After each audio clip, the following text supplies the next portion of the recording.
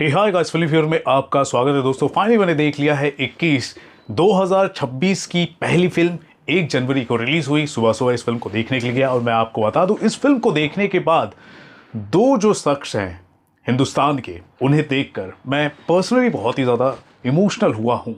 एक जो तस्वीर आप देख रहे हैं वो है सेकेंड लेफ्टिनेंट परमवीर चक्र से सम्मानित हमारे देश के youth icon Arun Khetarpal Poona horse regiment के, जिन्होंने देश के लिए अपना सर्वोच्च बलिदान दिया था सिर्फ और सिर्फ 21 साल की उम्र में। और दूसरी तरफ एक और जो तस्वीर आप देख रहे हैं वो है इंडिया के evergreen legendary icon Dharmendra ji की। मैं कहूँगा कि साल की बहुत अच्छी शुरुआत हो रही है। 21 फिल्म को मैं देखकर आया हूँ।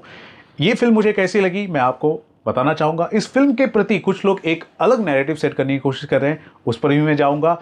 और इस फिल्म ने कैसे मुझे इमोशनल किया है वो भी मैं आपको कहना चाहूँगा, अपनी बातें बयां करना चाहूँगा। सबसे पहले बात करना चाहूँगा फिल्म कैसी लगी है। तो दोस्तों, फिल्म बहुत ही अच्छी लगी है, टेक्निकली वेल मेड है और जितने भी कलाकारों ने काम किया है बहुत अच्छा काम किया है। चाहे वो जयदीप अहलावत हो, अगस्त नंदा हो, सिमर भाटिया हो जो डिब्यूटेंट हैं, सिकंदर खेर हो गए, और हमारे हम सभी के चहेते इंडिया के लेजेंडरी आइकॉन धर्मेंद्र जी भी है इस फिल्म के अंदर। उनकी आखिरी फिल्म है, उन्हें भी आप देखकर बहुत ही इमोशनल फील करते हो। उनकी भी एक्टिंग इस फिल्म के अंदर शानदार है। इतने उम्र दराज होकर भी उन्होंने बहुत बेहतरीन काम किया है। उसके अलावा फिल्म का जो डायरेक्शन है, जो रियल ग्राउंड में जिस हिसाब से टैंक्स को चलाने की, टैंक्स को आगे बढ़ाने की, एरोप्लेन से जो बंदूकें चलती हैं और ग्राउंड में किस तरह का सिनेरियो क्रिएट होता है, रियल वॉर जो सीक्वेंस होते हैं, हैंड टू हैंड कॉम्बैट हो या फिर गन शॉट्स हो, हर चीज़, टैंक के जो शॉट्स हो बहुत ही रियलिस्टिक लगते हैं। अगस्त नंदा की अगर मैं बात करूं तो सेकंड लेफ्टिनेंट अरुण खेत्रपाल का किरदार उन्होंने निभाया है और वो मेन लीड कैरेक्टर में निभा रहे हैं और उन्होंने पूरी तरह से जस्टिस किया है। अरुण खेत्रपाल की अगर मैं बात करूँ, अरुण खेत्रपाल 1971 में उन्होंने देश के लिए अपना सर्वोच्च बलिदान दिया था। और मैं आपको बता दूं, एंड में जब उनकी तस्वीर सामने आती है, तस्वीर जब सामने आती है तो यार मतलब कुछ अलग ही महसूस होता है। मतलब ही इज़ यूथ आइकॉन। सिर्फ 21 साल की उम्र में उन्होंने देश के लिए अपनी जान निछावर कर दी यार। और कितने हैंडसम थे यार वो। मतलब बहुत सारे मैंने थिएटर में रिएक्शन सुने, बहुत लोगों ने देखा, ही वॉज सो क्यूट। मतलब लोगों ने ऐसा बोला, आज के जो बच्चे हैं, आज के जो जेनजीज है, उन्होंने ऐसा बोला यार, he is literally the youth icon of India. और मैंने देखा भी है, सुना भी है कि बहुत सारी किताबों में पढ़ाया जाता है, उनके बारे में बताया जाता है। लेकिन आज की जो जनरेशन है, जो रील्स हो गया या फिर सोशल मीडिया का जो ट्रेंड हो गया, उसमें इतना खो गए हैं कि हमारे यूथ आइकॉन जो है वो कहीं ना कहीं खो गए हैं। थैंक गॉड कि उन पर फिल्म बनी है, और जब फिल्म देखेंगे लोगों को समझ में आएगा कि क्या थे वो। थैंक्स टू श्री राम राघवन और मैडॉक ने जिस हिसाब से फिल्म बनाया है, बहुत अच्छा, बहुत अच्छा। तो ये फिल्म देखना चाहिए सभी को। सबसे इंपॉर्टेंट बात मुझे ये लगी इस फिल्म की कि फिल्म के अंदर वॉर के साथ साथ जो इमोशनल फैक्टर जो होता है, इमोशनल एस्पेक्ट होता है, उसको भी दिखाने की कोशिश की गई है, उसको भी हाईलाइट किया है। वॉर के पीछे का जो दर्द होता है, जो इमोशन होता है, जो एक अंडरस्टैंडिंग होती है, उसको बहुत अच्छी तरीके से बयां की गई है इस फिल्म के जरिए। ये चीज़ मुझे अच्छी लगी है, हाईलाइट अच्छे से किया गया है। अब यहाँ पर मैं बात करना चाहूँगा नैरेटिव को लेकर। कुछ लोग नैरेटिव ये करने की कोशिश कर रहे हैं कि यार फिल्म के अंदर अमन की आशा को दिखाया गया है। मैं आपको बता दूँ, ये जो फिल्म है रियल इंसिडेंट पर आधारित है। रियल इंसिडेंट यानी कि पाकिस्तान का जो ब्रिगेडियर है उसने खुद एक्सेप्ट किया, माना। वो भी किसके सामने माना? जो हमारे जो अरुण खेत्रपाल जी हैं, उनके जो पिताजी हैं, जब वो पाकिस्तान में गए थे, सरगोधा में उनकी जो पैतृक भूमि है, वहाँ पर वो विजिट किए थे 2001 में, जिसका किरदार धर्मेंद्र जी ने निभाया। बहुत अच्छा, जब भी उनका सीन आता है, उनकी जो समझदारी होती है पिता के रूप में, जो उनका जो भाव होता है, बहुत अच्छा लगता है स्क्रीन पर। तो पाकिस्तान का जो ब्रिगेडियर है वो खुद एक्सेप्ट करता है कि सर, मेरे ही हाथों आपके जो बेटे हैं वो शहीद हुए थे। और वो जब दृश्य सामने आता है, जिसे जयदीप अहलावत पोर्ट्रे कर रहे हैं, जो खुद एक्सेप्ट करते हैं, वो जब दृश्य सामने आता है, वो मानो एक अलग तरीके से बहुत सारी चीज़ें बयां कर देती हैं।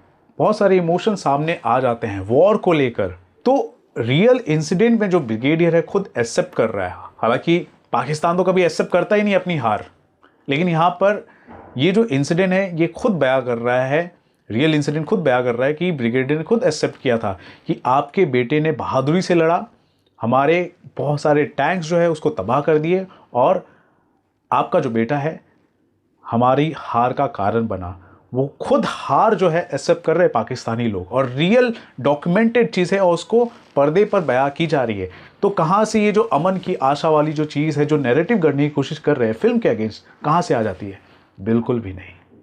ये रियल इंसिडेंट पर आधारित है, और भारत के जो सॉफ्ट पावर होती है, भारत का जो रियल नैरेटिव होता है, वो बिल्कुल बहुत अच्छे से बयां करती है, और जो पाकिस्तान का जो चेहरा है उसको भी बिल्कुल पुरजोर तरीके से बयां करती है।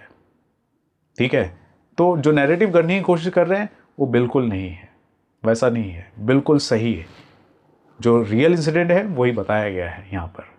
अब मैं इमोशनल होने की बात करना चाहूँगा, तो मैं इमोशनल बहुत ही ज़्यादा हुआ एंड में, जब हमारे परमवीर चक्र से सम्मानित जो पहले जो तारापुर जी जो है उनको दिखाया जाता है, फिर बाद में अरुण खेत्रपाल जी का जो तस्वीर दिखाया जाता है वो कुछ अलग ही होता है एंड में जो दिखाया जाता है, और धर्मेंद्र जी का जो इमोशन होता है वो भी दिखाया जाता है, और सीन जैसे ही ख़त्म होता है अब समझ में आ जाता है ये धर्मेंद्र जी का ये आखिरी शॉट है।